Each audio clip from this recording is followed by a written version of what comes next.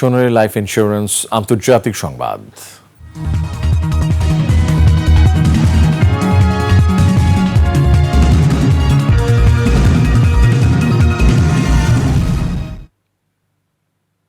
তীব্র ক্ষুধা নিয়ে গাজায় 6 সন্তানের মুখে একটু খাবার তুলে দিতে লড়াই করছেন সামাহ নামে এক মা। সন্তানেরা অপুষ্টির শিকার হয়ে ভুগছে নানা অসুখে। এমনই চিত্র গাজার ঘরে ঘরে।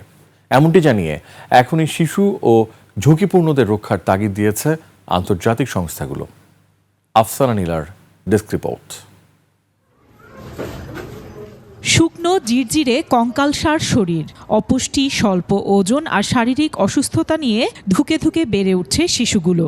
যুদ্ধাবস্থায় গাজা সিটির আশ্রয়কেন্দ্রে অবস্থান নেয়া একটি পরিবারের সন্তান ওরা।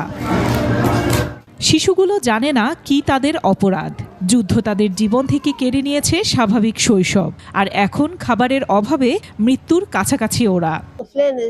আমার 2 ছেলে সেরিব্রাল প্যালোসিতে ভুগছে। ওরা ক্ষুধার্ত। দাম বৃদ্ধির কারণে আমি তাদের জন্য দুধ বা গায়ের কাপড় কিনতে পারছি না।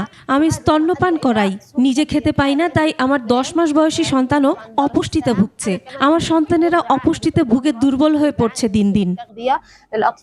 শিশুগুলো কখনো মায়ের কাছে রুটি খুঁজছে, কখনো বা দুধ।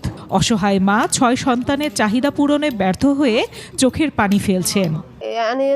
4 বছর বয়সী আমির, ওর ওজন 10 কেজি হওয়া উচিত, কিন্তু বর্তমানে তার ওজন 7 কেজি 400 গ্রাম।